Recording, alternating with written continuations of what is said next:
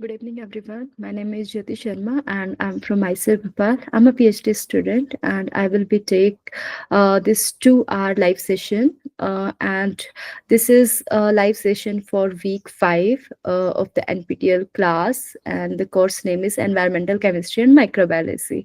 So let's see what we will cover. So today we will cover.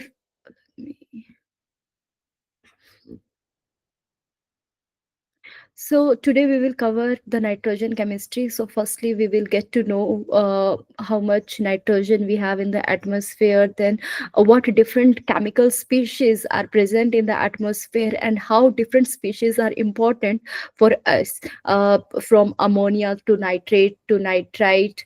For each chemical species, we will see what kind of formula we have and what are the beneficial impact we have of the different nitrogen species. Then we will go on to determine the nitrogen in the form of ammonia. So we will talk at length about the Nessler reagent.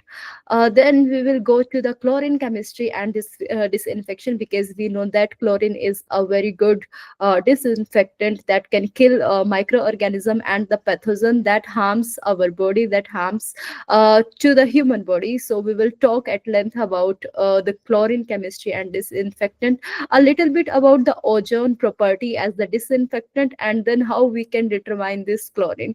So this is all we will try to cover using MCQs. So I have a lot of MCQs. We will start with very basic from nitrogen, then we will go on to the chlorine and the determination of both nitrogen and chlorine, and based on some numerical questions as well.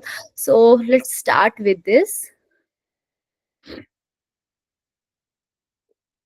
Okay, so my first list of MCQs are based on nitrogen cycle. So I have first question, and this first question is very basic. What percentage of Earth atmosphere is composed of nitrogen gas? So you can write the answer whatever you think appropriate. You can write in the chat box. You can also speak. Then we will go on to the explanation, like how much we have and what other gases we have in the atmosphere and all. You are welcome to communicate with me via chat box or via unmute yourself, so that we all are on same page.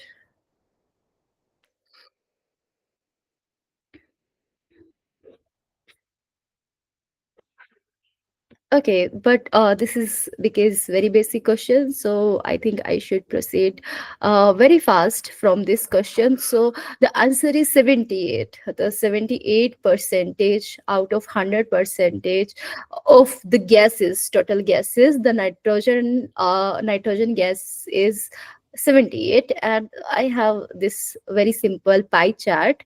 Here you can see we have the nitrogen, that is 78%, then oxygen 21%, carbon dioxide 0.04%, and other gases including argon, that is 0.96%.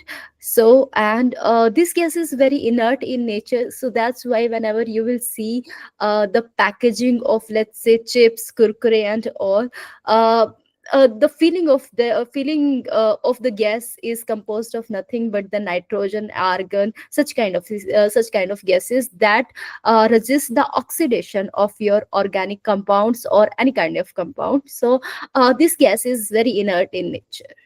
So, and the percentage is 78%. Next question is, which of the following statement about the nitrogen bond in nitrogen gas is correct? So the options are: it is a double bond with moderate stability. It has a dissociation energy of 945 kilojoule per mole, making it one of the strongest diatomic bonds. It is weaker than most other diatomic molecular bonds. It is a single bond that can easily break under normal conditions. So, what do you think? What kind of bond we have between nitrogen and nitrogen in the nitrogen gas? That is N2.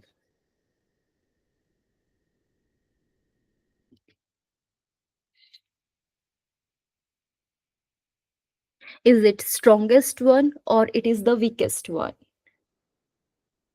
or it is a very normal or moderate? Based on that, you can tell me the answer. What kind of bond it is? If it is a inert gas, then inert gas means it is not converting or reacting with another gas very rapidly. So it means whatever the molecule we have within this N2, these are very strongly tighted, bonded to each other. So, based on this explanation, I can say that B is the right answer. That is, it has a dissociation energy of 945 kilojoule per mole, making it one of the strongest diatomic bonds. So, we have two atoms, nitrogen, nitrogen, and to separate these, to separate this two atom from one another, it will take energy of 945 kilojoule per mole, and this is very high energy. So we do not have that much high energy, so that's why this bond is very strong and it resists and to react with any of other gases. Okay, so based on this explanation, B is the right answer. And you can see this. Firstly, nitrogen 2, that is N2, is having the triple bond. This is N triple bond, and making it extremely strong and stable. And the dissociation energy is, as I already have told you, 945 kilojoule per mole. And this is one of the highest of any diatomic molecule except carbon monoxide. And this high energy requirement make energy nitrogen gas chemically inert under normal conditions. So that's why. So the crux is that dissociation energy means separating two atom of the nitrogen is very high. We need a high level of energy to break this bond. So that's why it is very strongest diatomic bond. Now next, come to the next question. Okay, as I told you, we do have a variety of chemical species of nitrogen, and so we have we all up to now we talked about N2, right? But we also have ammonia, that is NH3. We have the nitrite, uh, NO2 minus. We also have nitrate, that is NO3 minus. So, like we have to convert this, right? So from N2 to some of the compound of this nitrogen, we have a various type of processes. So based on that processes, I have this question: what is the process called in which nitrogen is converted in compound with other element for biological and industrial use? So what we call it? Nitrification, denitrification, nitrogen fixation, and ammonification.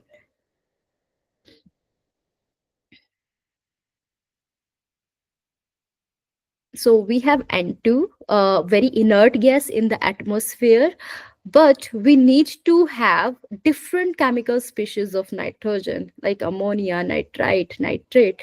So if we are converting this nitrogen, inert nitrogen gas, to compound with other elements, so for example, again with other elements means it may be hydrogen, it may be oxygen with which this nitrogen is binded to. So what this process will be known as? So this will be known as nitrification.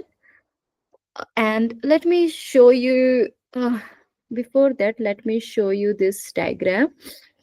So first you have to know about the nitrogen cycle, and then I think coming 2 or 3 question you can answer to that kind of question, and even to this question. So let's see. Firstly, we have, as I told you, in our atmosphere we have the inert nitrogen gas, right? So uh, here we have N2, that is elemental nitrogen, nitrogen. Let me change the color of this pen. Okay, so we have elemental nitrogen, that is N2. But what will happen, because of the bacterial fixation in legumes or in soil, this will be changed into amino acid or ammonia or urea. Okay, so microorganisms or bacterial fixation is helping us to convert this N2 to ammonia, amino acid, ammonia or urea. Okay, then what will happen? This ammonia can convert. So this ammonia is NH3, right? So again, we have some nitrification bacteria. We will talk about these kind of bacteria as well in coming slides. But we have some bacteria that will convert it into nitrate and nitrites. Okay, so this is something nitrification, right? And then after this nitrates and nitrites, this will come back as in the form of nitrogen gas. So this is known as denitrification. Okay, so we have nitrification, we have denitrification. Ammonification is whenever you are just converting this N2 to ammonia. So this is ammonification. So I think these are the three terminology that you people should know. Uh, Nitrification means from N2 to some compound, we are changing it. Then denitrification, we already have some compound and we are converting it back to the nitrogen. So this is denitrification. And ammonification is just the partial thing of the nitrification, that is changing N2 to ammonia. So this is ammonification. So we have three terminology, and we have a lot of bacteria or roots in the legume that is helping us to fixing such kind of fixing nitrogen in different kind of chemical species. So we will also talk about this, but from this example I think this is clear that what do you mean by this nitrification, right? Okay, again you can give me the answer for this. The conversion of nitrite into nitrogen gas by bacteria action is called.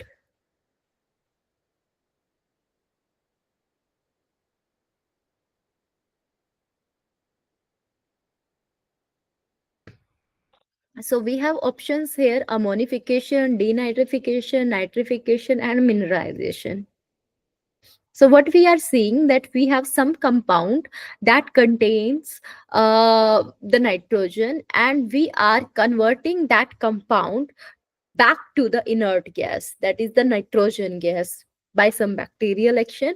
And as we already have discussed this here, so we have nitrite and nitrates, and this we are changing to the element. So this is known as the denitrification by bacteria, right? So from that only, I think this B answer is correct. So this will be the denitrification. Okay, so we have some methods by which we can fix this atmospheric nitrogen. So we have a lot of nitrogen in our atmosphere, and if we want to change that inert gas to some reactive chemical species, then we have some processes. And you have to tell me which of the following is not an industrial method developed for fixing atmospheric nitrogen. And we have four options here: electric arc process, cyanamide process, Haber-Bosch process, Ostwald process. And you have to tell me which is not the method by which we can fix atmospheric nitrogen.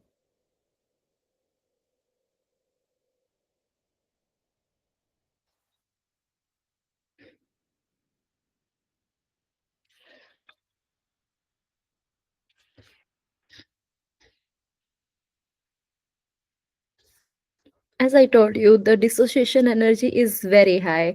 So breaking this triple bond of nitrogen nitrogen is very difficult.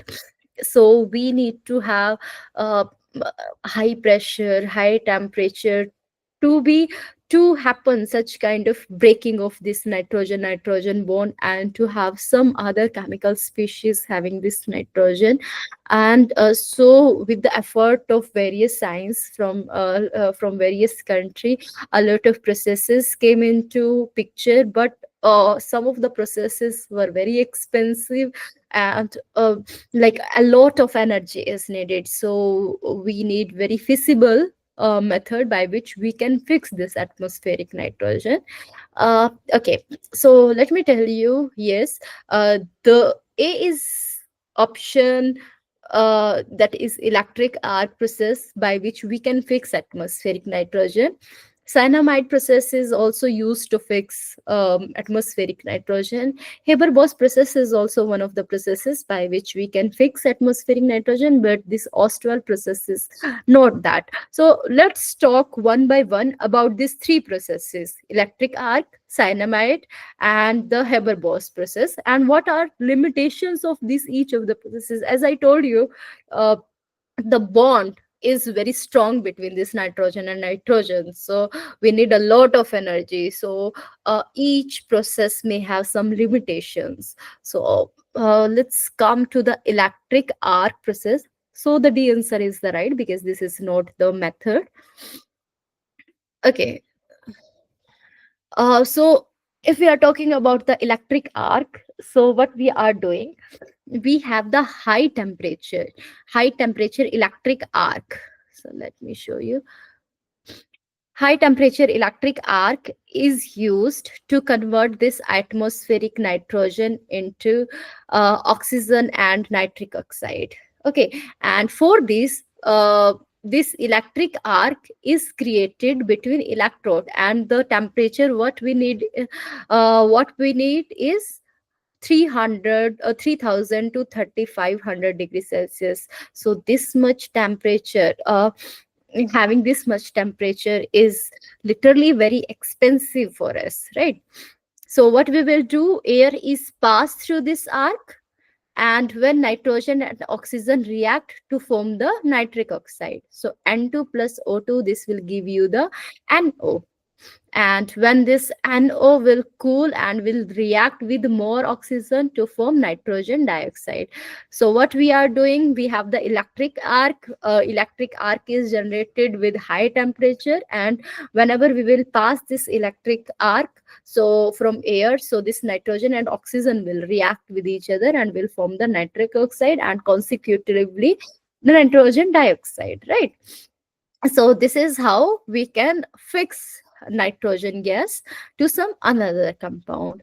And so, but the limitation is it has a very high energy consumption, that makes it less economical, right? And that's why it has been replaced by Haber-Bosch processes for large scale ammonia production. So as I told you, each have some kind of limitations, and here, because energy consumption was very high, so this is not that much economical to use. Let's come to the next one, that is cyanamide process.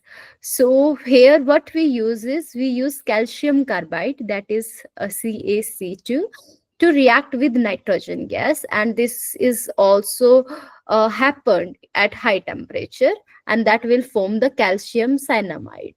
So CaC2 plus N2, this will give you CaCN2.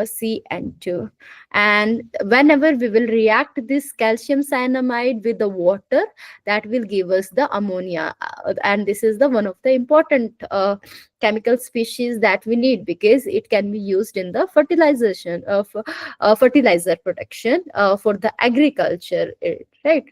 And because as I show you, in electric arc method, we needed the temperature up to 3000 to 3500 degrees Celsius.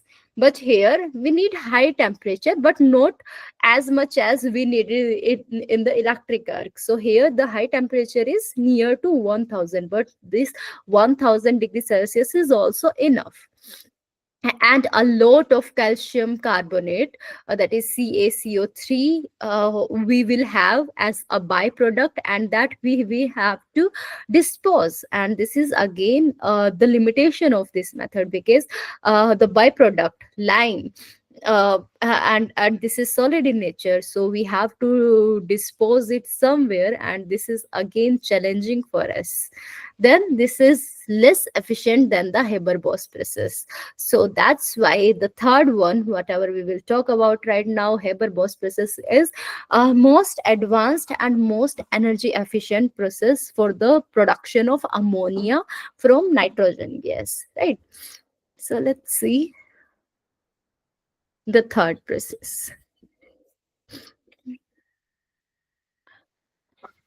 So Haber-Bosch process. So what we do is, as we already have talked in, I think, uh, live session third and fourth, that uh, whenever we have the catalyst can reduce your activation energy. So you need less energy to achieve the transition form and to form the product. So in Haber process, what we are doing, no doubt it is again in high temperature, but not that much high temperature, but here we are using the catalyst, and that catalyst is iron. So what we are doing, we have nitrogen, we have hydrogen, and then we will convert into ammonia under high temperature, but using the catalyst, and that catalyst is iron. And can you see here, the temperature that we need is just the half of the last method, cyanamide method, and uh, 6 times less than the electric arc method, at least 6 times. So we need temperature just 450 to 550 degrees Celsius, and this is manageable, right? But here, what we are doing, we are using the catalyst, that is iron, with promoters, Al2O3 and K2O, and this is the reaction. N2 plus H2, this will give you the NH3 ammonia, right? So this is the most efficient and widely used. This we can also use for the fertilizer, uh, and because of this, because this was very energy efficient process, so that's why the scientist Fritz Haber got the Nobel Prize for the production of ammonia by fixing the nitrogen gas using catalyst, iron. Limitation is, it again require high energy and pressure, and it relies on fossil fuel for hydrogen contribute to CO2 emission. So it also have some limitations, but as comparison to the other processes, this is more efficient, and we are using this process very frequently for the production of ammonia that we can use for the fertilizers. So I think this is clear what kind of processes we have to fix the nitrogen gas from the atmosphere to some of the chemical compounds that have the nitrogen. And nitrogen is, and why do we need to fix this nitrogen? This nitrogen is very important for our body, because whenever we are talking about the DNA, RNA, we need or proteins, right? So so protein is made up of the amino acid, and this amino acid has the structure that contain the nitrogen. So that's why we need to fix this nitrogen gas from atmosphere to some of the organic or inorganic compounds, so that we can utilize this.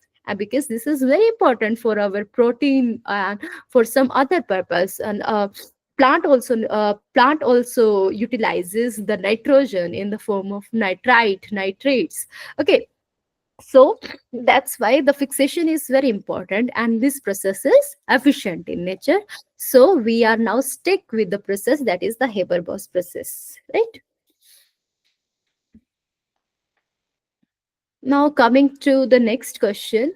Okay, so here is the summary of the three processes that we have talked: electric arc, cyanamide, and Haber process. And here you also have seen the condition, the temperature we need, what the product we will have, and the efficiency of each of the product. And as I already have mentioned a lot of time, that Haber process is more efficient. Okay, because as I told you, nitrogen have a lot of chemical species. So we must have to know the oxidation state of each of these chemical species. So I have some question where you will be asked the oxidation state of the each of the species. So my first question is, which of the following nitrogen compound has nitrogen in its highest oxidation state? So we have nitrous oxide, nitric oxide, dinitrogen pentoxide, and nitrogen dioxide.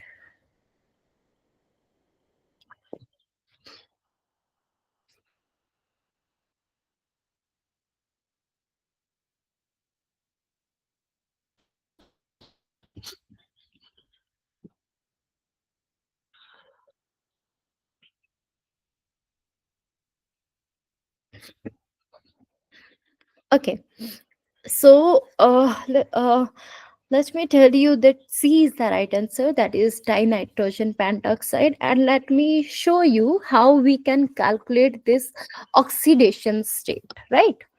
So how we can do this is that first you have to see the charge on the compound. So is it zero charge, one charge, two charge, three charge, four, five on your compound? So for example, nitric oxide have the zero charge. Nitrous oxide also have the zero compound. So most of the stable compounds have zero charge. Okay, then what you have to do, you have to sum the charges of the each of the atoms. That will be the charge on the compound. So for example, you people know uh, that the charge on the oxygen is mostly -2, right?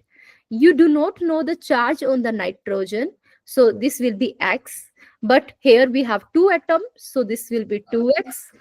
Then 2x plus you have the charge on oxygen, that is -2, so -2 into 5, 10, and that will be equal to 0, because you know that compound charge is 0. So that's how you can calculate the oxidation state of each of the nitrogen. So let me show you. So how we can do is, we have here, for this example, we have nitrogen, two atoms of the nitrogen. So 2x plus, we have the charge on oxygen is -2. So we have -2, and we have the 5 atoms of oxygen. So multiply by 5, and the compound charge. So the charge on the compound dinitrogen pentoxide is 0.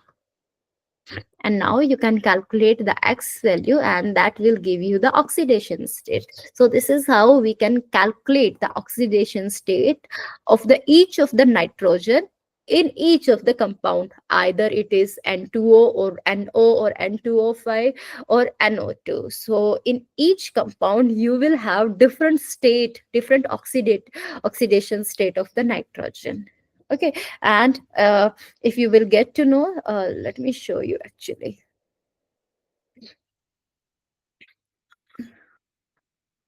Okay, as I already have told you how we can calculate this. So this is the sum of the oxidation state of all atoms is equal to charge on the molecules, right? So if it is N2O, we have oxidation state of N is X. Then we have -2 charge on oxygen. So this will be 2x, because we have two atoms of the nitrogen, plus because we have one atom of oxygen, so this will be -2. And if we will calculate the x, this will be +2. Okay, likewise for the NO, this will be x plus -2 is equal to 0, and here x will be +2. If we are calculating this NO2 for NO2, then this will be x plus 2 multiplied by -2, because we have two atoms of oxygen and will equal to 0, because charge on the molecule is 0. and this nitrogen dioxide, uh, oxidation state of nitrogen in nitrogen dioxide will be +4. And if you are calculating for the pentoxide, then this will be 2x plus 5 multiplied by -2 is equal to 0. And if you will calculate the x, then this will be +5. And the question was, which of the chemical species have the highest oxidation state? So dinitrogen pentoxide has the highest state, highest oxidation state. I think this is clear from my point of view. Okay. Which of the following contaminants in drinking water is primarily responsible for causing blue baby syndrome? That is methemoglobinemia, and the examples are, sorry, the options are ammonia, nitrate, sulfate, fluoride. So, which of the contaminant is responsible for blue baby syndrome? I will tell you what do you mean by this blue baby and why this is known as methemoglobinemia.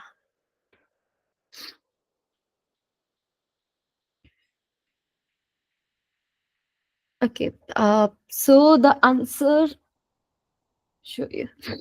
Okay, so answer B is right. That is the nitrate, and let me tell you why.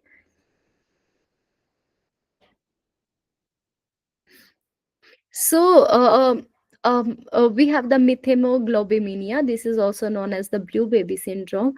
And why this is happened? We have the nitrate.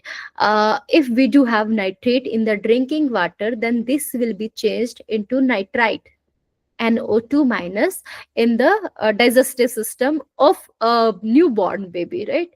It mostly it is happen in the newborn baby when your stomach is alkaline in nature. Then only this nitrate can be converted into the nitrite, right?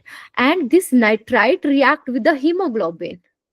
Okay, so in spite of oxygen being binded to the hemoglobin, nitrite is reacting with the hemoglobin. Means your hemoglobin doesn't have right now the capacity to hold oxygen with it. Right, and because of that, if your hemoglobin doesn't have the oxygen, means your body will have your in your blood, in your body, you will have the deficiency of the oxygen. And if there is a deficiency in oxygen, then this will give you the blue color of your body, and that's why this is blue baby syndrome.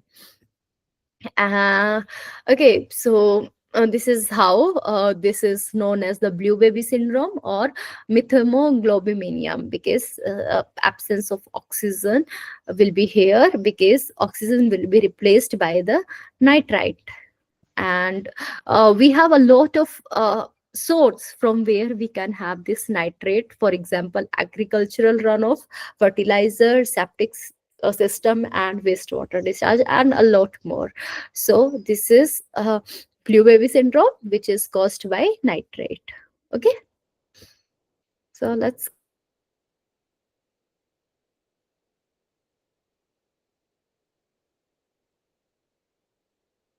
Okay, as I told you, in the drinking water there should be very less concentration of nitrate, because if we will drink that water, that will give you the nitrate, that will be converted into nitrite in our body, and that can give you the baby blue baby syndrome. So it means we should have some standard, or some threshold. Above that, we should not exceed the concentration of our nitrate in the drinking water. So WHO, that is the World Health Organization, which this organization actually gives the threshold, or give the standards. Above that, we should not have that concentration of contaminant in our drinking water. So WHO gave the maximum permissible concentration of nitrite in drinking water to prevent this blue baby syndrome. So what is that maximum permissible concentration? So options are 10 mg per liter, 25 mg per liter, 50 mg per liter, and 100 mg per liter. So what do you think? What will be the maximum permissible concentration of nitrate that we can have in the drinking water, but not more than that, because that can give you the blue baby syndrome. Actually, you just have to mug up the value. So I don't think that there is anything that like you have to just remember this. And so the value is 50. So WHO and US Environmental Protection Agency, that is EPA, set the safe limit of nitrate in drinking water at 50 mg per liter. Okay, level above 50 mg per liter can cause methemoglobinemia, especially in infant under 6 months. Nitrate contaminants in the water sources, as I already have told you, we have a lot of sources from where we can have this nitrate in the drinking water or the water source. So the value is 50. Beyond that value, we should not have the concentration of nitrate in our body, sorry, in our drinking water. So let's come to the next question.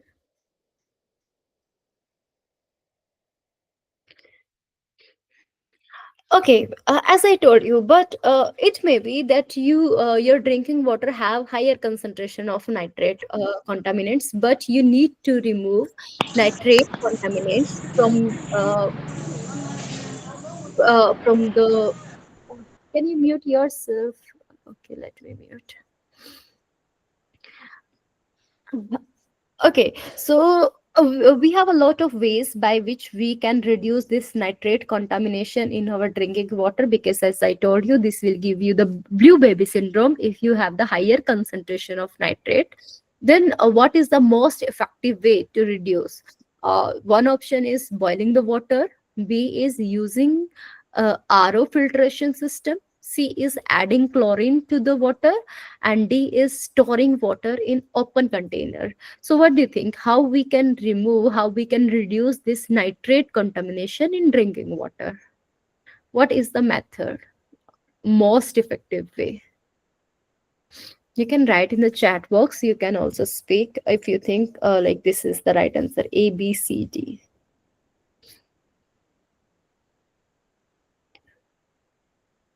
So the right answer is RO filtration system. And let me show you. Boiling water does not remove nitrates. In fact, it can increase the nitrate concentration due to evapotranspiration or the evaporation. So boiling water is not among the option. RO is the most effective method to remove this nitrate because we have some filters. And let's go to this question. Adding chlorine. Chlorine is not working well with the nitrate, but chlorine is the disinfectant. So chlorine is useful to kill the pathogens or to kill the harmful microorganisms. So this chlorine is not also among the option. And storing water in open container. No, this nitrate is not among the gas which is volatile in nature, right? So that's why using RO is the best option that we have to reduce this nitrate contaminants from your drinking water. Okay, so that's why B answer is the right one.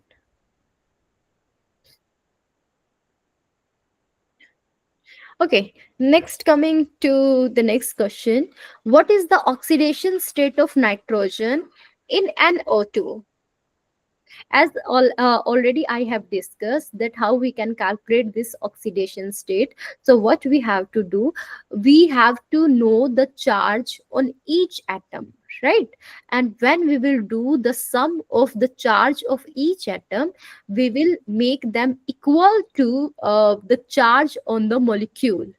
So for example, here let's say the charge on nitrogen is X plus, we people know that the charge on oxygen is -2, and but we have two atoms. So what we will do, minus 2 multiply by 2, because we have the 2 atom, is equal to what charge we have on this molecule or this compound.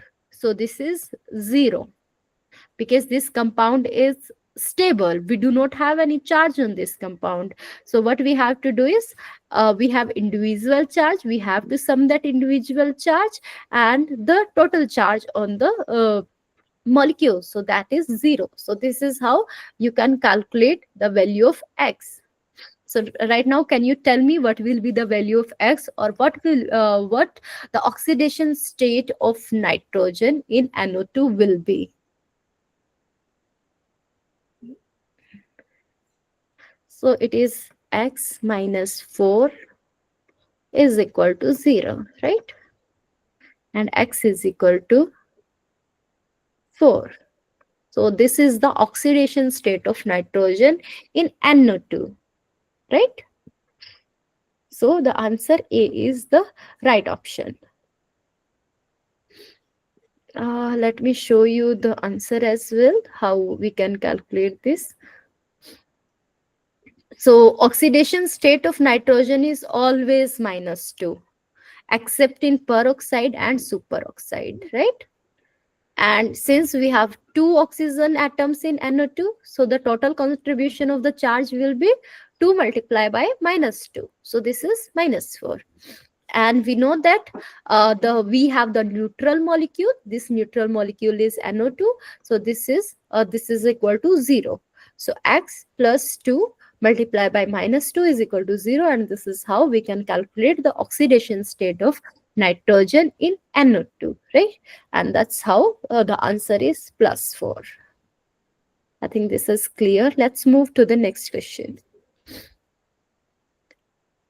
What is the oxidation state of nitrogen in NH4 plus? So here, if you will see, uh, we do not have the stable compound, but we have some charge on our compound. And now, can you calculate the oxidation state of nitrogen in ammonium ion, that is NH4 plus? So again, the formula will be same, but how we can calculate? Let me show you, because this was the NH4 plus 1. So that's how here the ammonia ion has the overall charge of +1, right? And we also know that the hydrogen have oxidation state of +1, except in metal hydrides. So what we will have, because we have 4 atoms of hydrogen, then this 4 will be multiplied with +1, and then we need to calculate the oxidation state of nitrogen. We will assume as X is equal to the charge on the molecule, and the charge on the molecule is +1, and this is how we can calculate the value of X, and this will be -3. So the answer -3 is right. This is the oxidation state of nitrogen in ammonium ion, right? So let's move to the next question. This is again based on your oxidation state of nitrogen in uh, um, in HNO3, nitric acid. So can you tell me now what can be the oxidation state? So uh, the charge on hydrogen is 1, right? So this is +1. We need to calculate this. So plus X. We people know that the oxidation state of oxygen is always 2, except some case -2. So what we have, -2 multiply by 3, because we have the 3 atoms of our oxygen, and the charge on the compound. So the charge on the compound is 0. So this will be equal to 0. So now can you tell me the value of X? So +1 plus X minus 6 is equal to 0. So X is equal to 6 minus 1, and this will be equal to plus 5, right? So based on that, I can say the oxidation state of nitrogen in nitric acid is plus 5.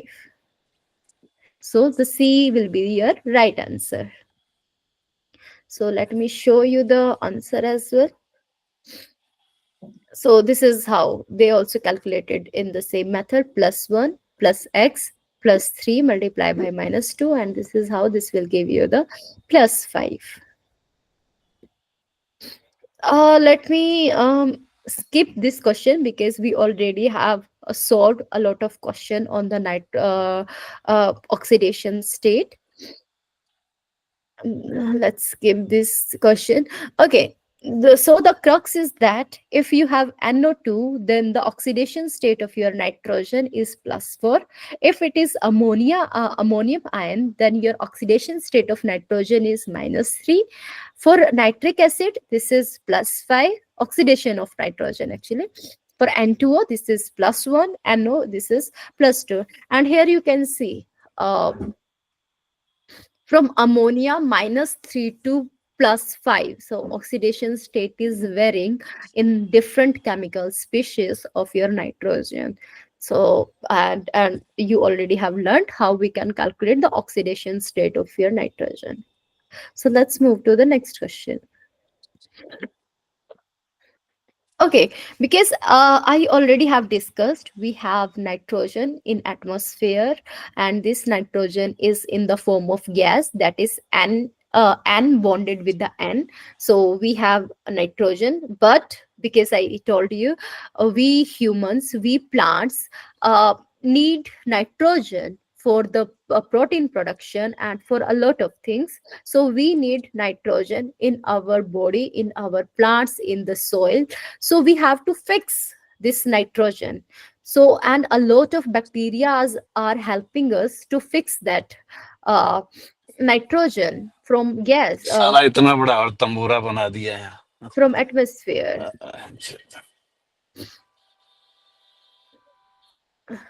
Okay, so now the question is, which of the following bacteria forms a symbiotic relationship with legumes for nitrogen fixation?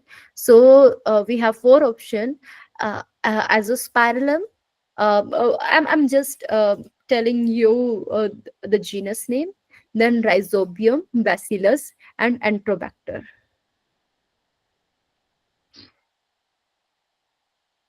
So what do you think? What should be the answer for this? And symbiotic relationship means we have the legumes, right? Legumes have some roots, and root needs water, right? But this water, the roots can have with the help of some of the bacteria, or let's say some of the fungi. So what will happen? Fungus or algae will help to the root for the water, and algae will also get benefit from the root, right? So this is how there is win-win situation. Mohan, you want to tell something? Should I unmute you?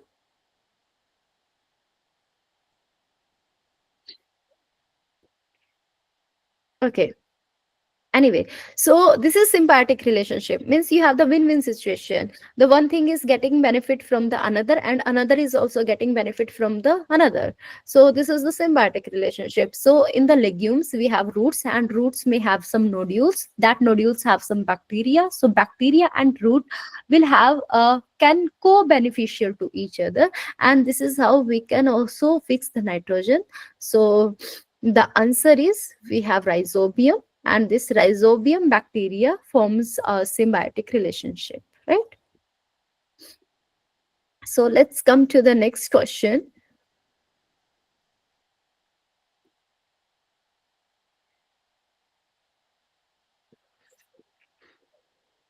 Which of the following is the nitrogen fixing bacterium commonly found in the root nodules of peas and beans?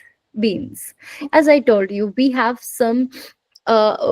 roots of some legume family, and that root have some nodules, and that nodules can help in the fixing of the nitrogen with the help of the nitrogen, right? Sorry, with the help of nitrogen fixing bacteria. So you have to tell me what kind of bacteria is present in the root nodule of peas and beans. So we have option Azotobacter, then Rhizobium, then Frankia, and Nitrosomonas.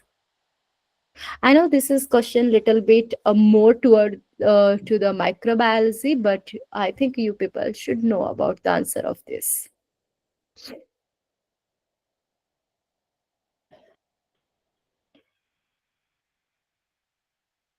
So if we are talking about the bacteria, then this is Rhizobium, and here is the explanation as well. So Rhizobium is a symbiotic nitrogen fixing bacterium that's specially associated with the legumes like alfalfa and peas. It fixes nitrogen in root nodules and contribute to the plant nutrient supply, forming a mutualistic relationship. Okay, so the answer will be Rhizobium. Let me go to the next question. Okay, this is again the question on bacteria. So you have to tell me the bacteria which is free living and capable of nitrogen fixation but does not form symbiotic relationship. As I told you, if we have the roots, if we have the bacteria, bacteria will help to the root, root will help to the bacteria, and this is how they both will be benefited by each other, and the nitrogen fixation can also happen. But there are some uh, bacteria which do not need the roots, so these are known as the free living. Okay, and they can capable of nitrogen fixation. So I wanted to ask which of these bacteria is free living and has the ability to do this nitrogen fixation without the help of the roots, and that will not form the symbiotic relationship. So we have four options: Rhizobium, Clostridium, Azotobacter, and Pseudomonas. So what do you think? What will be the right answer? You can write in the chat box as well. You can communicate with me if you think out of this A, B, C, D, which answer you are thinking appropriate. Anyway, so Azotobacter is one of that bacteria that doesn't need symbiotic relationship, but in a very free nature, this bacteria can fix the nitrogen. So as I already have told you. Okay, so again, we have roots, we have bacteria, right? But different bacteria is needed for different type of fruits, for different plant species. So if this is the legume, we may need different kind of bacteria, but if it is elder tree, then we need different kind of bacteria that can make the mutual relationship with the root of that tree, and out of which we can have this nitrogen fixation. So you have to tell me which of these fixing nitrogen fixing bacteria that forms a symbiotic relationship with elder tree, and we have the option Rhizobium, Frankia, Bradyrhizobium, and Clostridium. And I think I should not waste much time on this, because this is the thing that you need to remember but not have some much logic until you do not go into the deeper understanding of this. So the answer is Frankia elni. So this can form the relationship with non-leguminous plants like elder tree, right? Let me skip this question as well, because you may get bored with a lot of questions related to the bacteria. Okay, now we have covered this nitrogen cycle, how we can do the fixation of nitrogen cycle with the help of various processes as well. Let's say Haber process. We have talked about Haber process. We already have talked about electric arc method, how we can fix this nitrogen to different compound of your nitrogen, right? We already have talked about different kind of bacteria that we need to fix nitrogen. We have nitrogen in the atmosphere and we need to fix it into some other useful form, for example ammonia, nitrite, nitrate. Okay, so we already have talked about these things, but right now we need to know the concentration of nitrogen, right? So we have a lot of methods, but the one of the very popular method is Nessler, and we have some question on that, how we can determine this nitrogen concentration. Okay, so my first question is, what is the primary use of Nessler reagent in water quality testing? So options are determination of chloride ions, second is determination of ammonia nitrogen, third is determination of dissolved oxygen, and D is determination of sulfate. So why do we do use the Nessler reagent in water quality testing? What is the use of that? You can write in the chat box if you think that out of this ABCD, if you think one option is appropriate and you are willing to answer the question. Anyway, if in case it is the wrong, I will try to correct you. Give me 1 minute.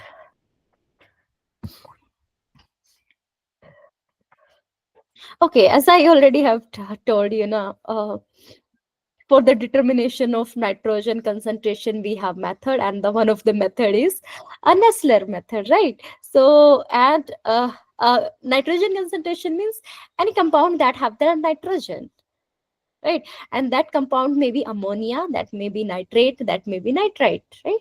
So, out of this question, this is ammonium nitrogen. So very simple that we use Nessler method, and in Nessler method, because we have Nessler reagent, so in Nessler method we determine the ammonia nitrogen. Okay, so B is the right answer. So Nessler reagent is used to determine ammonia nitrogen in water. When ammonia is present in water sample, Nessler reagent forms a yellow or orange color, but a brown color as well.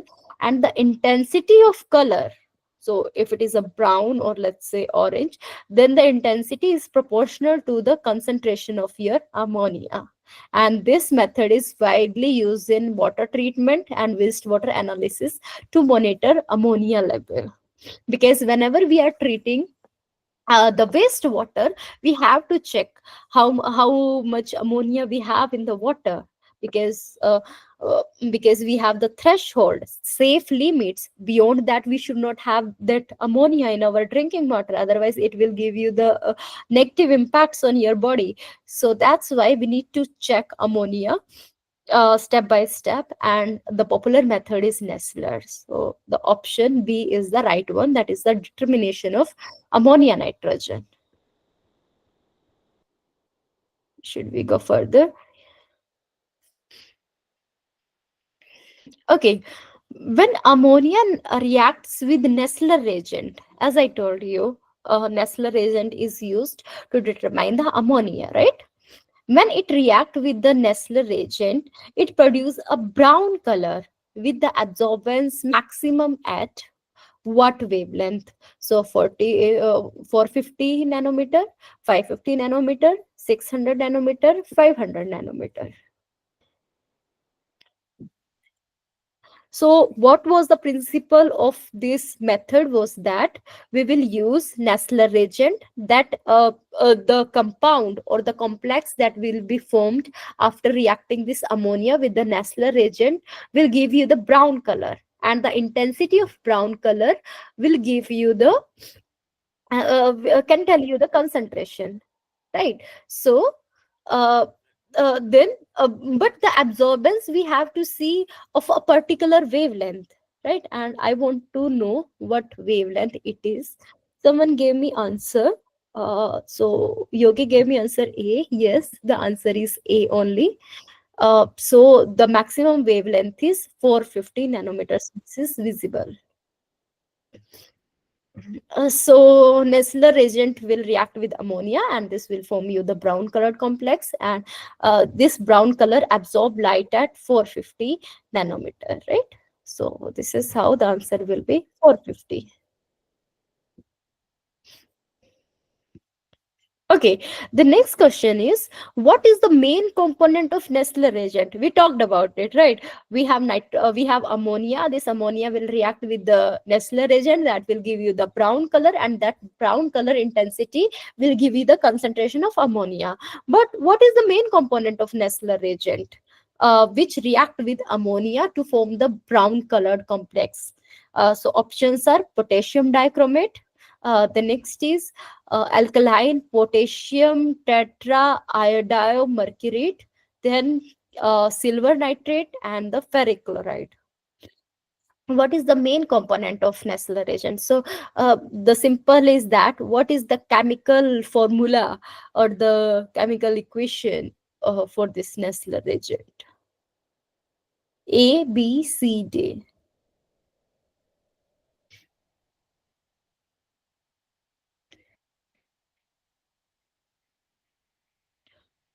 The basic principle is that the compound that have the iodine, this iodine is very important, because whenever we will have this iodine with us, and when we will titrate whatever the complex we will have of this ammonia and the Nessler reagent, this will liberate iodine, and how much iodine will be liberated versus how much our titrating agent has been used, this will give you the amount of your ammonia, right? So I will tell you this as well, but this B is the right answer. So here you see, Nessler reagent is an alkaline solution of K2HgI4 formed by reacting HgCl2, that is mercuric chloride, and potassium iodide. So the reaction of HgCl2 plus Ki, that is potassium iodide, will give you the K2HgI4, and this is nothing but our Nessler reagent, right? So B is the right answer. Okay, as I told you again, ammonia will react with the Nessler reagent and will give you the brown colored compound. So what is that compound? What is that complex? Can you tell me the formula or the name of that complex that will give you the brown color? Intensity of that brown color will give you the concentration of ammonia using spectrophotometer. So we have four options: million base, then mercuric iodide, calomel, and mercuric nitrate. So what do you think? What is the right answer? What is that compound that has this brown color? This is brown colored complex that has been formed after the reaction between ammonia and Nessler reagent. So which compound?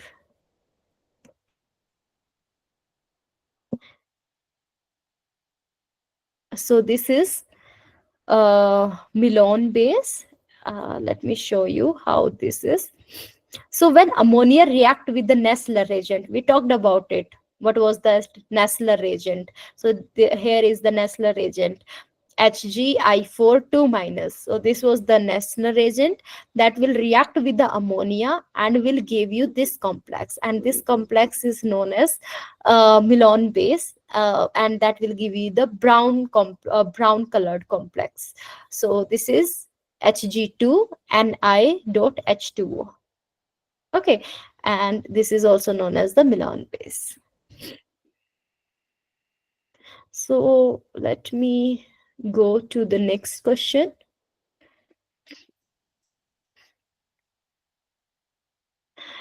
Okay, in the oxidation of organic compound containing nitrogen, what is typically released when the organic part of molecule is destroyed, and what catalyst can be used to speed up the reaction?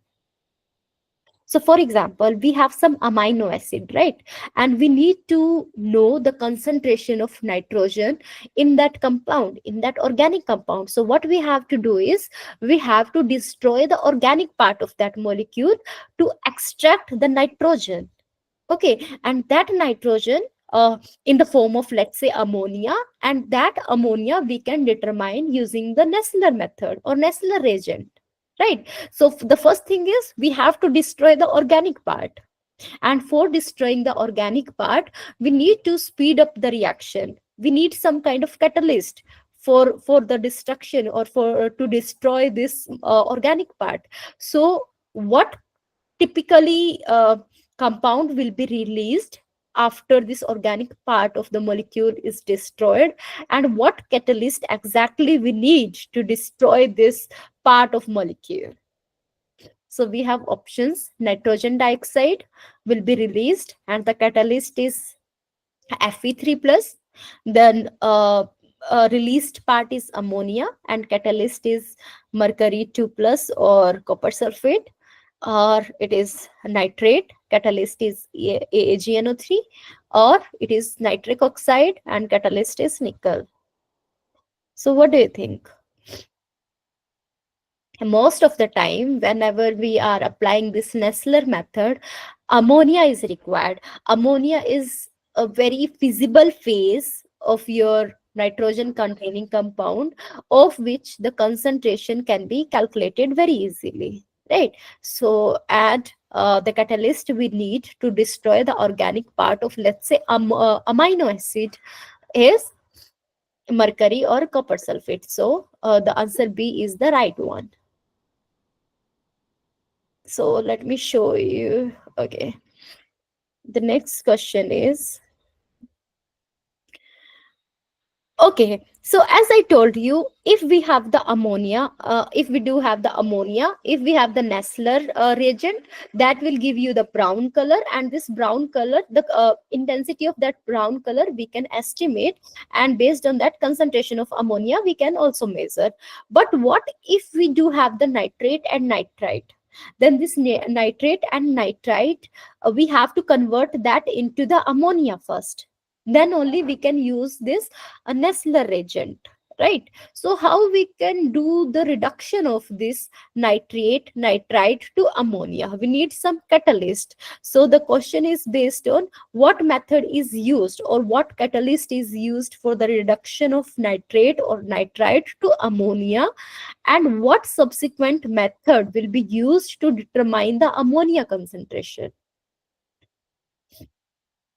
So we have options: reduction by Devarda alloy in alkaline solution, and ammonia is determined by Nessler method or back titration. Reduction by sodium hydroxide in acidic solution, ammonia is determined by spectrophotometry. Reduction by hydrogen peroxide in neutral solution, ammonia is determined by atomic absorption spectroscopy, that is AAS. Reduction by zinc in alkaline solution, and ammonia is determined by gas chromatography. So what do you think? What method we will use to convert nitrate, nitrite into ammonia? Because ammonia is needed to calculate the concentration of the ammonia or the nitrogen containing compound using some reagent, and that reagent is Nessler reagent. So I think from that explanation only you can give me the right answer. So A is the right answer. We will use the alloy such as copper, aluminium, and zinc in alkaline solution. So these will act like catalyst. Okay, and that catalyst will do the reduction from nitrate to ammonia, and then we will apply Nessler method to calculate the concentration of nitrogen, right? So this is how we can use, uh, but I don't think that this is right now much important because I already have discussed you. Okay, in which form of ammonia does Nessler reagent give the most distinct reaction? Ammonium ion, nitrite ion, free ammonia, or nitrate ion? So what form of ammonia we need so that this Nessler reagent can give us very clear reaction, and based on that clear reaction we can have the concentration of nitrogen.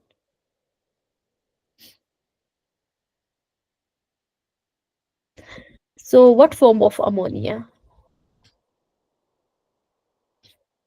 Okay, let me tell you answer that this is the free ammonia. Nestler reagent react most strongly with free ammonia, and free ammonia is more readily detectable in alkaline solution. So the answer will be C. Coming to the next question. Uh, okay, so as I told you, for knowing the concentration of nitrogen or ammonia, we need the reagent, that is the Nestler reagent. But if you want to know the presence of phosphate in the water, what kind of reagent you will use? So this reagent will be molybdate. I don't think that I should waste much time on this. So A is the right answer for this. Okay, then if you want to know the concentration of dissolved oxygen in your water, this is very famous. Like whenever you will attempt questions in environmental science, NET or GATE, this is very typical question. Then what reagent is being used to determine the dissolved oxygen in water? So we have option Winkler reagent, Nestler reagent, molybdate reagent, and the barium chloride. Actually, we already have talked about Nestler reagent. This is for ammonia. Molybdate, we already have talked about. This was for the phosphate, right? Then out of this four option, we have just for two option, that is barium chloride and Winkler reagent, right? And this Winkler reagent is the one by which this is the reagent that will forms a complex with your dissolved oxygen, and how you can determine dissolved oxygen in water. So the right answer is Winkler method. So Winkler reagent is used for the determination of dissolved oxygen. This involves Winkler reagent, and this is nothing but manganese sulfate, alkaline iodide, and sulfuric acid, and this will react and will form the precipitate, and this precipitate can be titrated with sodium thiosulfate, and this will give you the concentration of dissolved oxygen, right? So Winkler reagent is the right answer.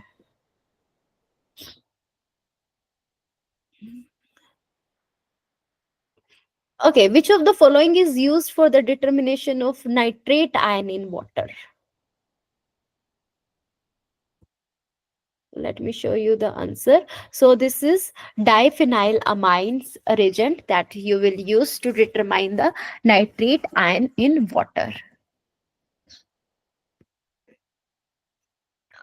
Okay, this is again one of the important question. The bond order in nitrogen molecule is what? One, two, three, four. Bond order is dependent on whether it is single bond, a single bonded molecule, it is double bonded molecule, it is triple bonded molecule. So what do you think?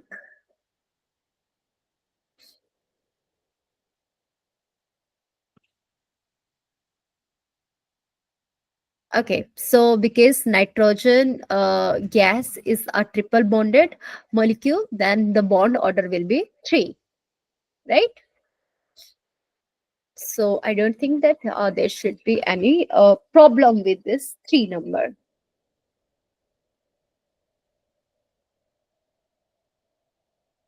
Okay, which of the following correctly describing the bonding in nitrogen molecule? One sigma bond and one pi bond, two sigma bond and one pi bond, one sigma bond and two pi bond, two sigma bond and two pi bond.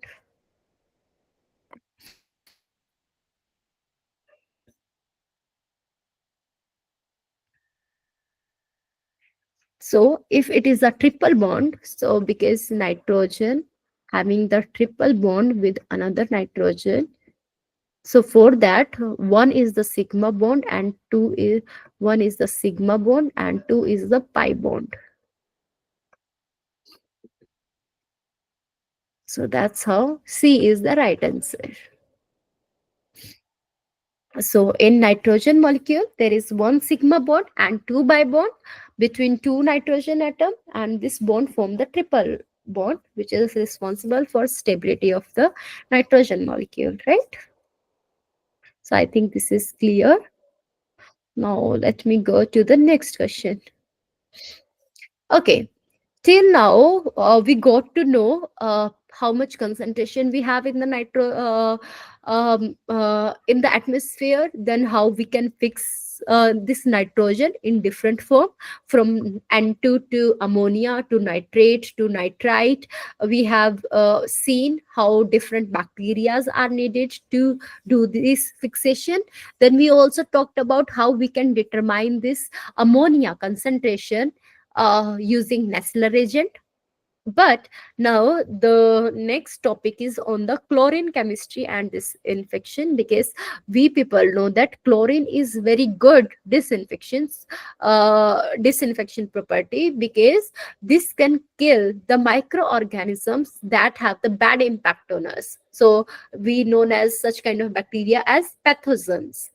Okay, so chlorine molecules can kill the pathogen. So we have to know the chlorine chemistry and the disinfection property of this. So let's come to the chlorine chemistry and disinfection MCQs.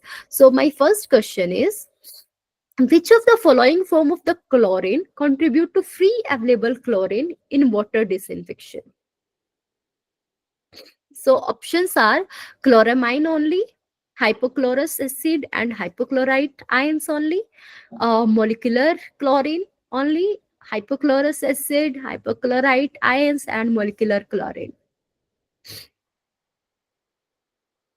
So as I told you, chlorine have a very good disinfection property. So but we have some compound or some chemical species of chlorine that have the good disinfection property, right? Not all of the above, or not all of the species that have the chlorine. So you must have to know which are the free available chlorine that can be used as the water disinfection. So the answer is D, that is hypochlorous acid, hypochlorite, and molecular. Let's see, like how these are the freely available chlorine.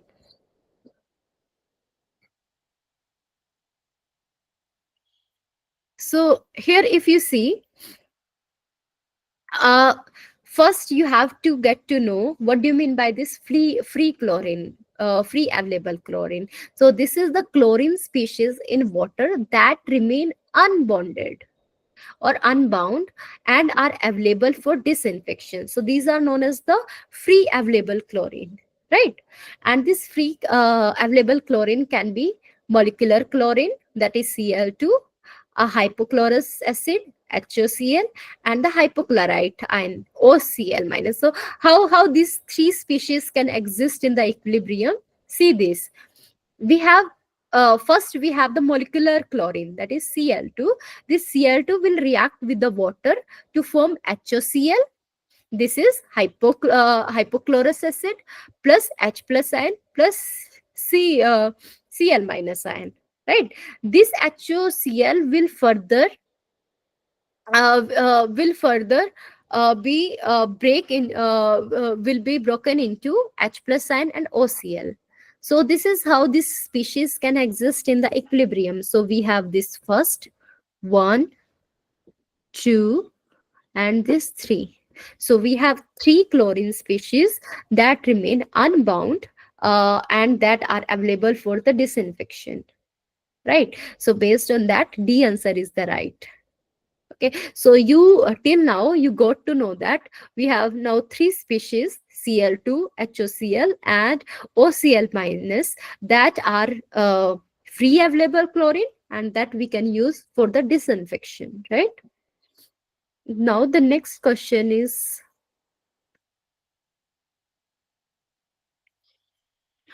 okay, which of the following terms refer to the product formed when ammonia react with chlorine or hypochlorous acid and is responsible for combined chlorine residual in water? Till now we talked about free chlorine, right, which are unbound.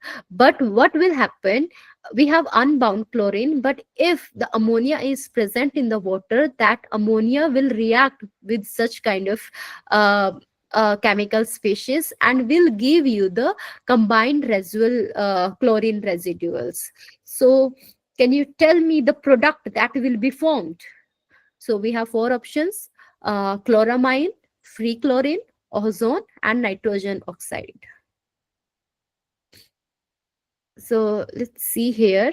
You have, as I told you, we have this one, and this one. We have three free available chlorine, and if this three available chlorine will react with the ammonia, if ammonia is present in the water, then this will give you some product, and you have to tell me the name of that product, what that product can be formed.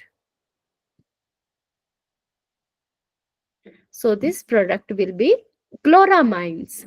So you have chlorines, and you have ammonia, and that ammonia will form the part of this amine, and this is how this will be the chloramine. So if you here see, when ammonia react with chlorine, it forms chloramine, and this chloramine are responsible for combined chlorine residual in water, which is the measure of chlorine that is chemically combined with other substances. And this chloramine can be monochloramine, dichloramine, or trichloramine. Okay, and this is also important for the water disinfectant. We will get to know the difference between this free available chlorine and this combined, for example, chloramine, because chloramine is also the one of the disinfectant, but have different property rather than this free chlorine. Okay, we will talk about this. But just keep in right now, keep in mind that if we have ammonia, if we have free chlorine compounds, then if there will be any reaction, so this will give you the combined chlorine residues, and for example the chloramines, right? I think the answer of this you can give. Chlorine which remain in water after oxidation of impurities and still available for disinfection is called free chlorine, residual chlorine, chlorine demand, combined chlorine. So initially, let's say we have 50 chlorine. Okay, I'm not going to the unit for this chlorine, but if let's say we have the 50 chlorine, but there will be some impurities, there may be ammonia, there may be some other organic compound with which this chlorine will be react. Okay, after that reaction there will be some bond with that chlorine and let's say the organic compounds. So this organic will be bounded with the organic molecules. Okay, and it may be that this chlorine can't be used now for the disinfection, but even after giving this oxidation of impurity, there will be uh, availability of this disinfection. So what do you mean by such kind of chlorine? So this is the residuals means remaining one, right? So residual chlorines will remain in the water after oxidation of impurities and still available for disinfection. So chlorine that remain in water after oxidation of organic and inorganic matter, ensuring continued disinfection, is called residual chlorine, and it can exist as also as free chlorine or combined chlorine. And we already have talked about what do you mean by free chlorine and what do you mean by this combined chlorine, right? So now come to the next question. Okay, so we have 4 or 5 numerical question, and these numerical questions are based on your assignment question only. So if you have the bromine gas, and if this bromine gas is used for the disinfection, this bromine gas is combined with water to form hypobromous acid, just like you have the chlorine gas. Chlorine gas is reacting with the water, and that is giving you the hypochlorous acid, right? So just like that, we have the bromine. And if HOBr ionized to form OBr in the reversible reaction. So here we have the reversible reaction, as we already have talked about this HOCl, and this will give you the equilibrium H plus and OCl, right? And these two chemical spaces, HOCl and OCl, these both are disinfectant. Both compound have the disinfectant properties, right?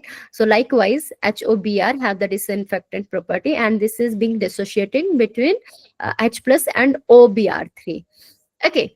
And this equilibrium is governed by pH. We already know about this. The sum of HOBr and OBr is known as the free bromine residual, and HOBr is more effective disinfectant. At what pH will HOBr remain as 90% of free bromine residual? Little tricky, but you can solve this. So first thing is you need to calculate the pH.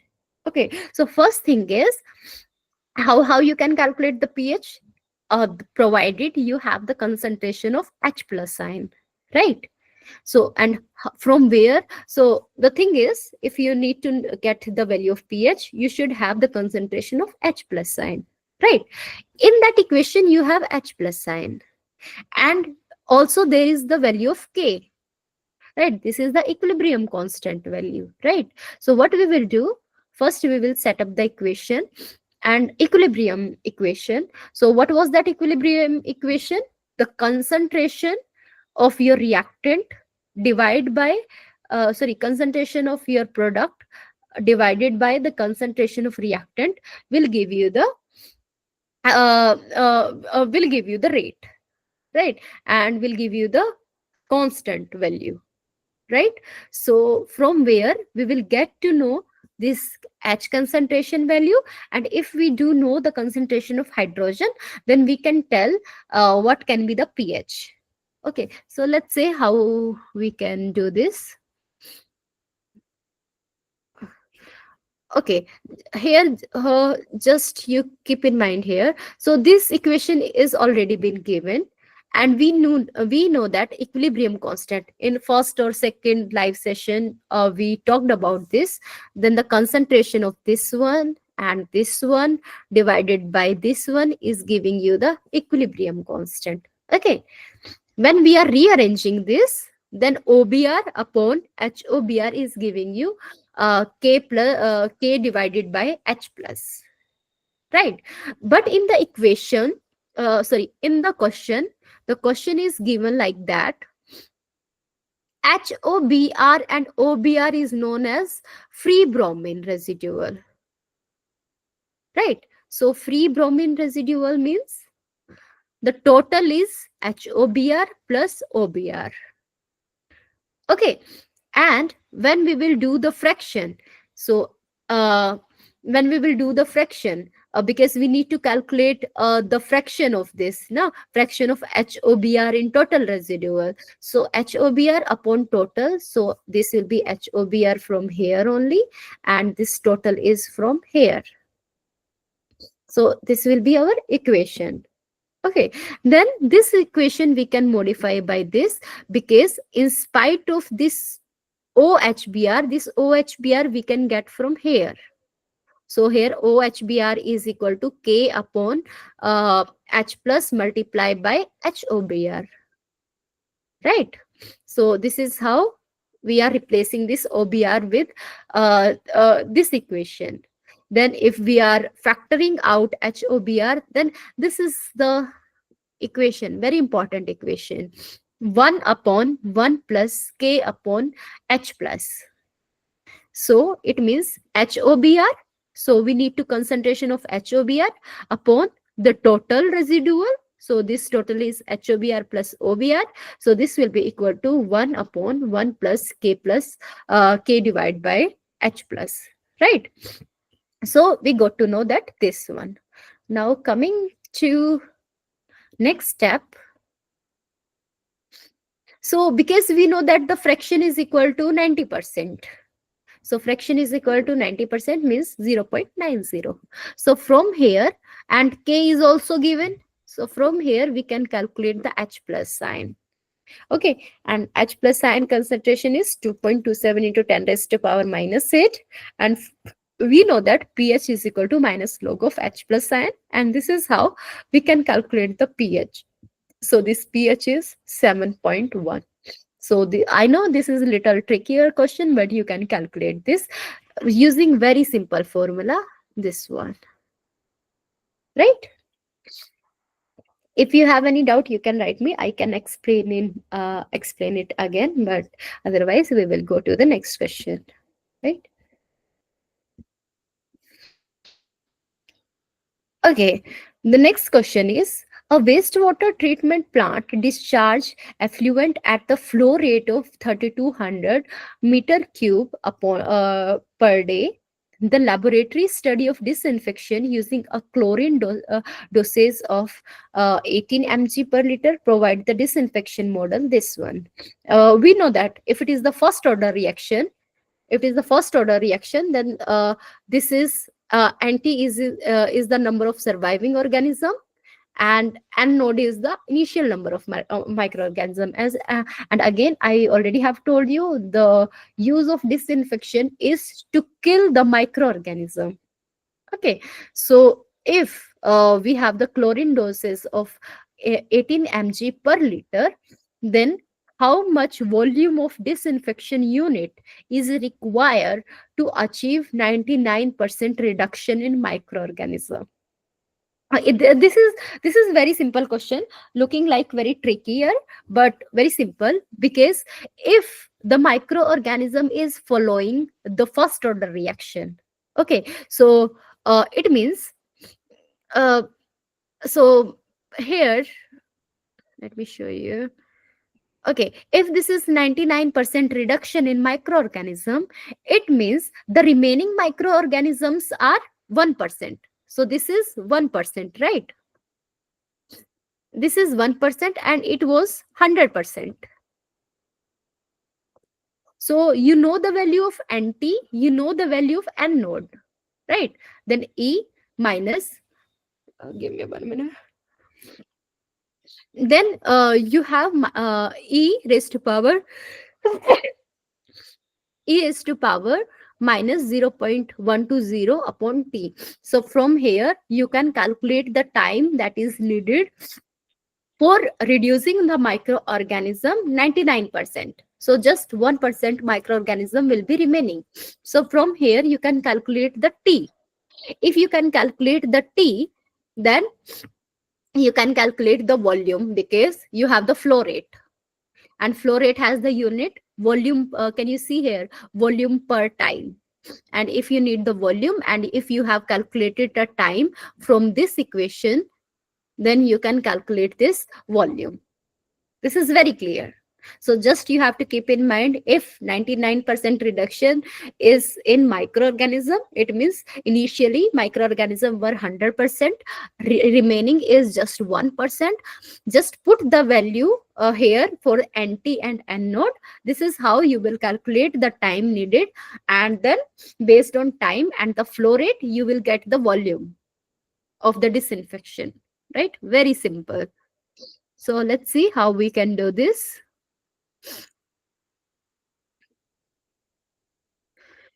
As I told you, the remaining are only 1%. So 1% means 0.01. This was 100%. So 100 upon 100 will be 1.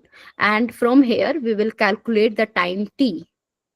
So time will be 38 minutes.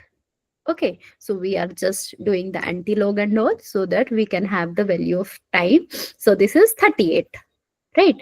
Then we know that volume is equal to flow rate upon multiply by the contact time, and because we have the different unit of time, then we have to multiply it with the divided by the hours and minutes. So 24 multiply by 60, and this is how.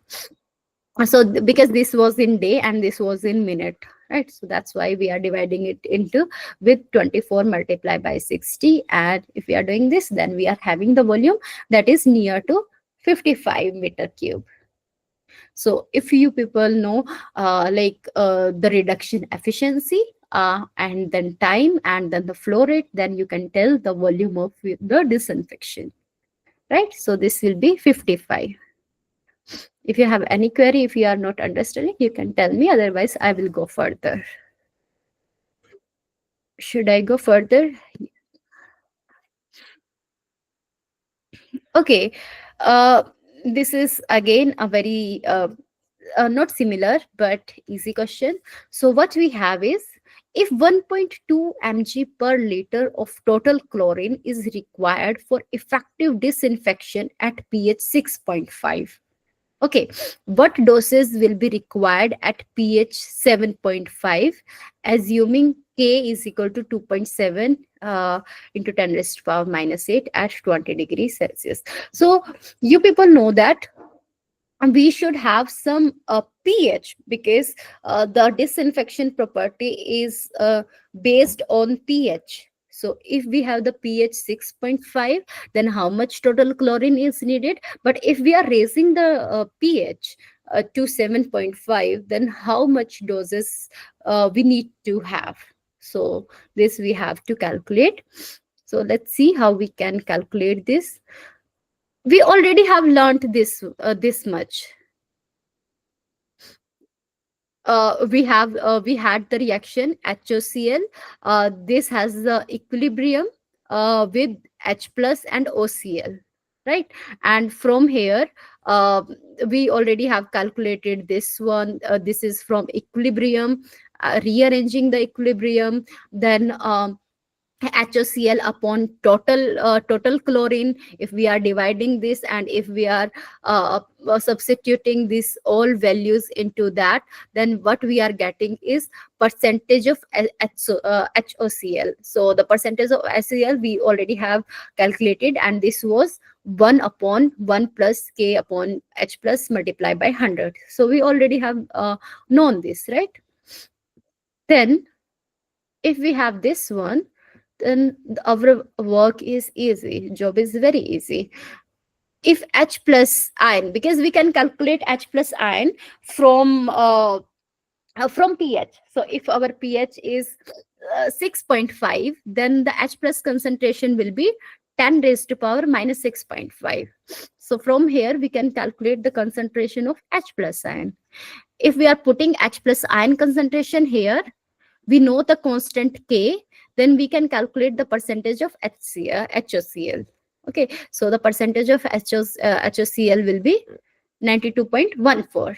Then again calculate the percentage of HOCl at pH 7.5. Here the concentration of H plus ion will be changed, and put the value of your concentration here, and this is how you will get here the HOCl percentage is 53.93. So here we have the change. If pH was 6.5, then HOCl percentage was 92. If our pH was 7.5, then HOCl percentage is 53.93. Right? Then what we will do,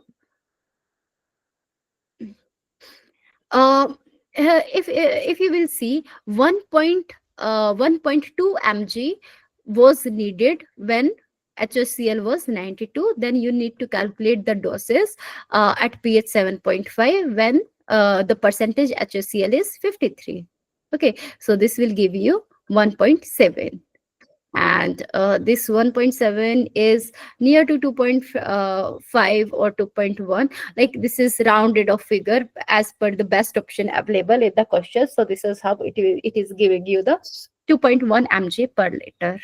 Right? So this is how you can calculate. I know little trickier, but not impossible to solve. Okay, when the organic matter content in water increases, the efficiency of chlorine disinfection options are increases, decreases, slightly increases, or remain constant.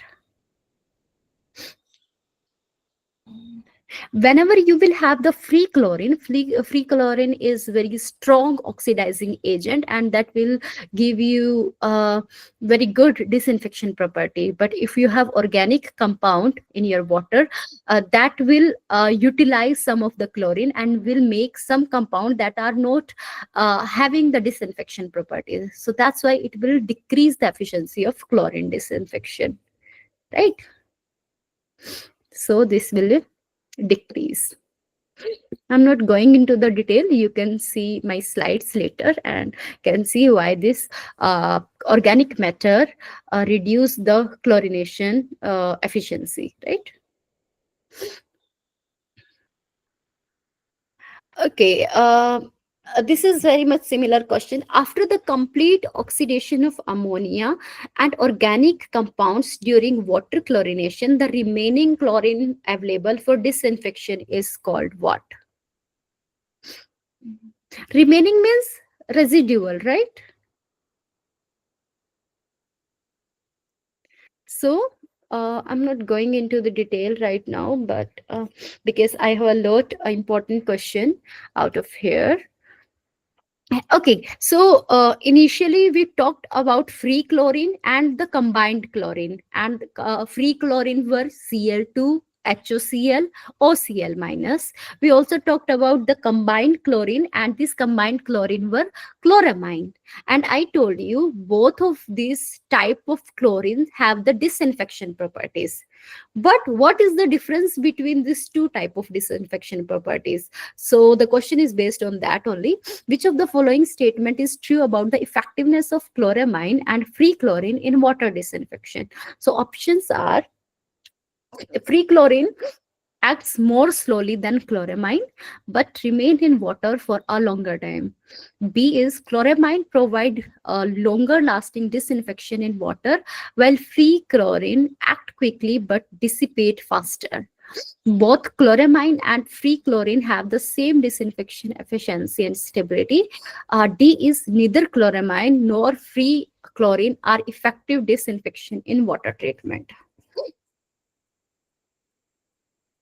As I already have told you, so either it is free chlorine or it is combined chlorine, both have the disinfectant property. So this is not the answer. Okay, then both chloramine and free chlorine have the same disinfection efficiency. No, this is not also the right, because both have the different property. Then this is not right. Free chlorine act more slowly. Free chlorine are very strong oxidizing agent, so the reaction is very fast. So this is just the opposite, and that's why this answer is right. Chloramine provide long lasting disinfection in water because this is very slow in nature, while free chlorine act as quickly but dissipate faster, because as I told you, free chlorine are very strong oxidizing agent that will do the disinfection very rapidly, but chloramine are slow reacting species, so these are longer lasting disinfection in water. So B is the right answer. I also have explanation for this. So if you have the free chlorine, HOCl, OCl, these are the strong disinfectant that quickly kills bacteria and viruses. And this is highly reactive, and that's why dissipate faster. But chloramine are weak disinfectant but are more stable, means they stay in water for longer time and provide continuous disinfection, right? So this was the difference between these two type of disinfection. Now coming to the next question, I don't think that I should go to further explanation for this. Okay, at what pH does most of the ammonia exist in its ionized form? Ammonium in water, more than 11, between 8 and 10, between 2 and 7, and less than 1. What do you think? What should be the answer for this?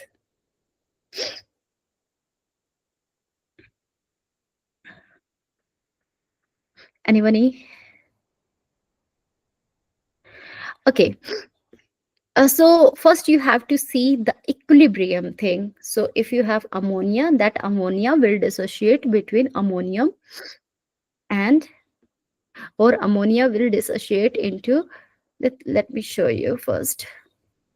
So if you have ammonium ion, this ammonium ion have equilibrium with ammonia and H plus ion, right? So at low pH, so if you have acidic condition, so acidic condition means you have more H plus ion. So if you have more H plus ion, that will push your reaction to the left, so more ammonium foam will be produced, right? If you have if you have high pH or you have basic condition, then this will be in less quantity, then your reaction will be in right side. So it means you will have more NH3 ammonia. Okay, based on that you can give the answer. I have further explanation for this. uh I don't think that right now. Just keep into mind this last 3 point. At pH more than 9.26, ammonia start converting into ammonia. At pH more than 11, nearly all ammonium ions convert into gaseous ammonia. And at pH less than 7, nearly all ammonia is in ammonium form. Okay, and based on that, you can give the answer, right? Okay. Which chemical is commonly used in water treatment plant to generate chlorine dioxide gas on site? So we need some chemical that can generate chlorine dioxide gas on site. So what is that chemical that we use in a water treatment plant? That chemical is sodium chloride. Let me show you the explanation for this.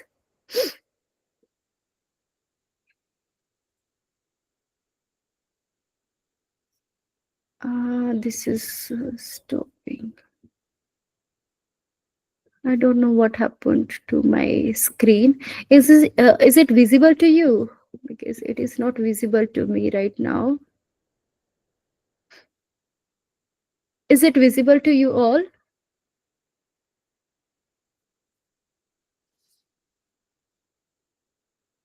Let me.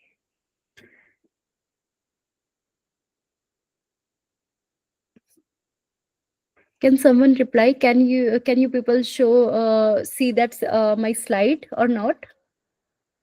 Because my slide is not visible to me. Okay, okay, now it is visible. Okay, so we were talking about the chemical that we need to generate chlorine dioxide.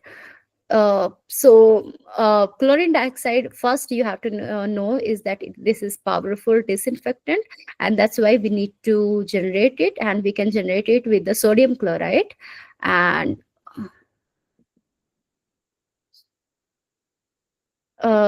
this is an AClO2 and plus Cl2, and this will give you the ClO2 plus NaCl, right?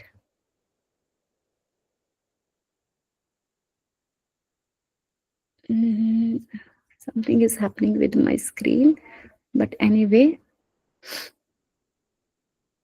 mm, okay. Next question is, at what pH does ammonia primarily exist in water as ammonium ion? We already have discussed, right? So based on H plus ion, higher or lower, based on first based on pH, H plus ion will be decided, and based on that H plus ion, uh, either our reaction will be in left hand side and right hand side. This will be decided, and this is how you can give me the answer for this. So the answer will be pH 8 to 9. Okay, this is interesting question, and I think same as the question we already have solved. So rate of disinfection of bacteria by ozone follows first order reaction, right? If 90% of the bacteria are killed in 3 minutes with the ozone residual of zero point 0.2 mc per liter, how much contact time is required to kill 99% of bacteria with that residual? So again, it is the first order reaction, and we learned that Nt is equal to N node E minus e raised to power minus kt.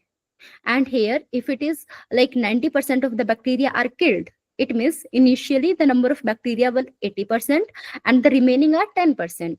So 10% is equal to 100% multiplied by e raised to power minus kt. Okay, and if time is 3 minutes, then you can calculate here the k. Okay, so if you have calculated K, then again you have some another condition where 99% of the bacteria has been killed, means you had 100% and 1% is remaining. You have the K value, that you K value calculated from 90% of the bacteria killed in 3 minutes. From that K, you can again calculate the contact time T. So let's see how you can calculate this. So we have equation Nt is equal to N node multiplied by E raised to power minus Kt. Nt is the remaining bacteria. So remaining bacteria is 10%. Initial bacteria were 100%. So this will be zero point 0.1 is equal to E minus, we had the 3 minute. So minus 3 multiplied by K. Okay, so from here you calculated the constant value, that K. So K will be near to 0.768 per minute. Okay, so if you have calculated the K value, again you will come to that equation, but equation to achieve 99% killing of that organism. So that means only 1% of the bacteria is remaining. So Nt will be 0.01. Okay, or N node will be 100%. And here K we already have calculated, that is 0.768 multiplied by T. And from here you will calculate the time we need to kill 99% of the bacteria with the ozone. Right? So this is how you can calculate this. So we need 6.3 minutes to kill 99% of the microorganisms. Next is also similar question. Here we have chlorine. In previous question we had the ozone, but here we have the chlorine. Firstly, 80% of the bacteria were killed in 4 minutes, but we want to know how much time do we need when we want to kill 99% of the bacteria, and if it is following first order reaction.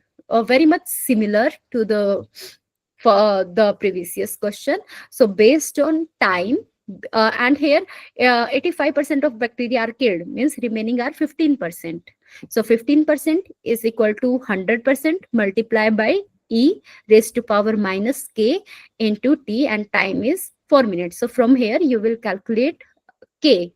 Okay, and if you have K, then the next situation is we have 99% of the bacteria has been killed, means only 1% bacteria are remaining.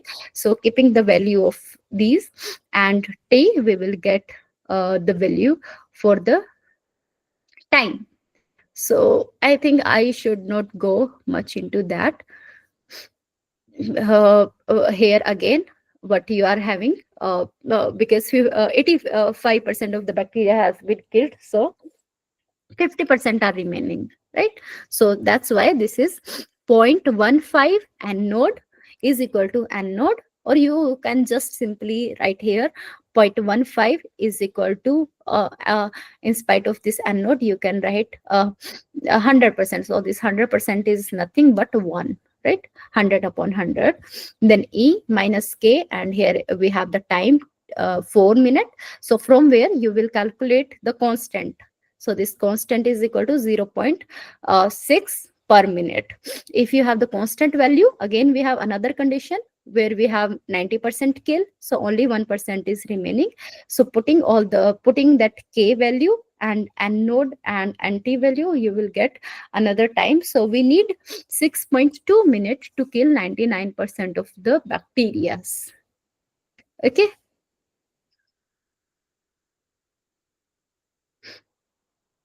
Okay. Which of the following reagent is used to determine the hardness of water? We talked about it when we have bacteria in our water, if we have ammonia in our water, how we can reduce it. Or how, like, what are the reagent by which we can calculate the concentration of ammonia, concentration of microorganism. So we have calculated this, but right now, if we have hardness in the water, then what kind of reagent is needed to determine the hardness of water?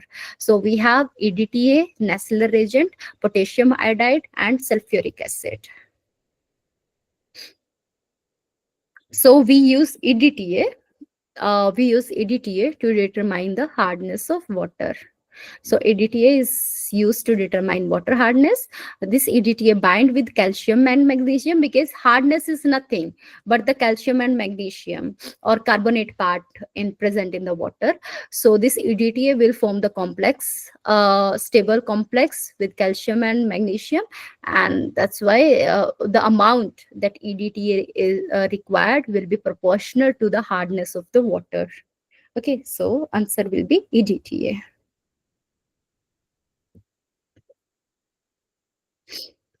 Okay, so we have trihalomethanes are primarily formed during water disinfection when chlorine react with what? So we use chlorine as the for to kill the microorganism, but it may be that our drinking water or water have some compound that will react with your chlorine, and that will form trihalomethanes. So options are organic nitrogen compound, inorganic minerals, humic and fulvic acids, and chlorides. So I don't think that I should waste much time. But answer is humic and fulvic acid. So whenever we have the humic substances, so humic substances are resistant to the degradation, but this humic substance can react with the chlorine. As I told you, chlorine are very strong oxidizing reagent, and that will give you the trihalomethanes, and trihalomethanes are carcinogenic in also in nature, that can also cause the cancer. So that's why this is the limitation of using the chlorine for the disinfection. So we already have replaced this chlorine with the ozone as the disinfection agent, because chlorine, when react with some of the humic or fulvic acid compounds, that will give the trihalomethane, and this trihalomethane have very adverse impact on our body. Okay, so this is the limitation of using chlorine as the disinfectant, right? Then the question is, the reaction between chlorine and which of the following substances more responsible to the formation of HTM, trihalomethane, during drinking water disinfection? A very same question to the previous years only. So this is nothing but the humic substances, right? This is again same question. I should not go further for this. Okay, as I told you, chlorine had some disadvantages to use as the disinfectant. So that's why we used ozone. Okay, but ozone also have some disadvantage for water disinfection. So what are that disadvantage? So we have four option. I think this is last second question. Ozone can oxidize Fe2 plus Mn2, improving water quality. Ozone is expensive to provide and require on-site equipment. Ozone provide long-lasting residual protection in water distribution. Ozone is weak disinfectant and require high concentration to be effective.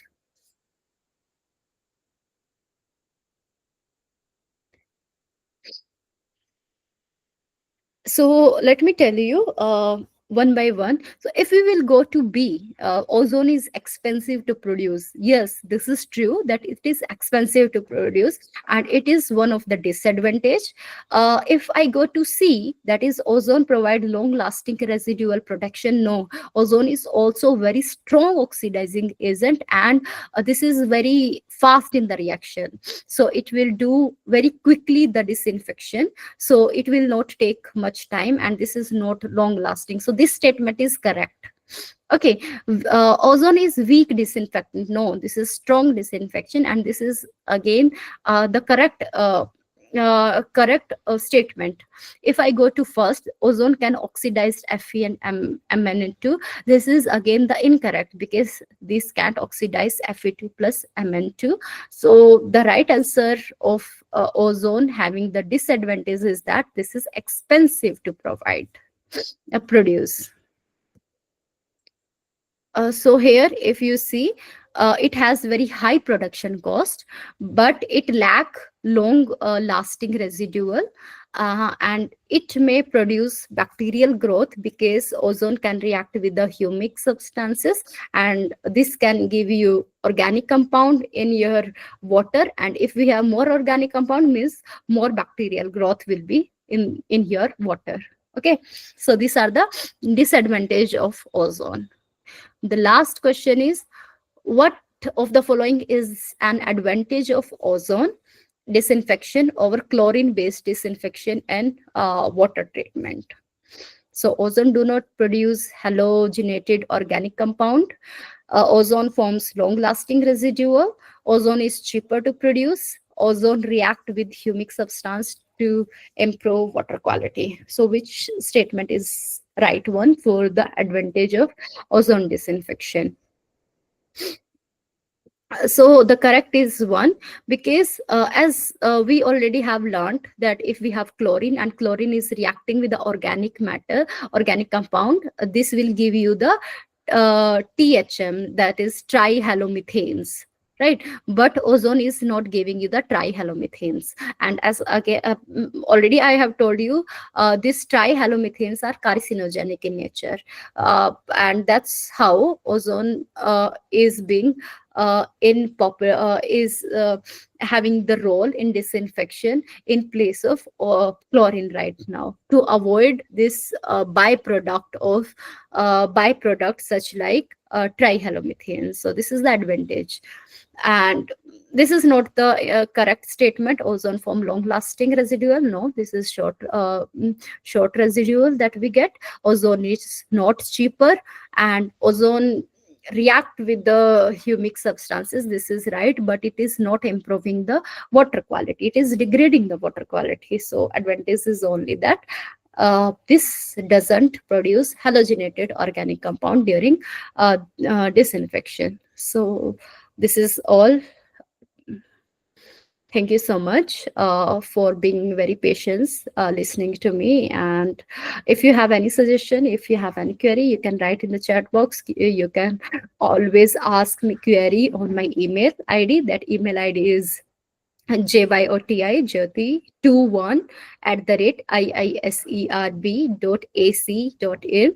And we will again meet 6 to 8 next Monday. And thank you so much. Thank you so much, Naveen. Thank you so much, Gyanendra. Thank you so much, Yogi. Thank you so much, everyone who patiently watched that video and who constantly were there. Thank you so much. Now you can people leave this.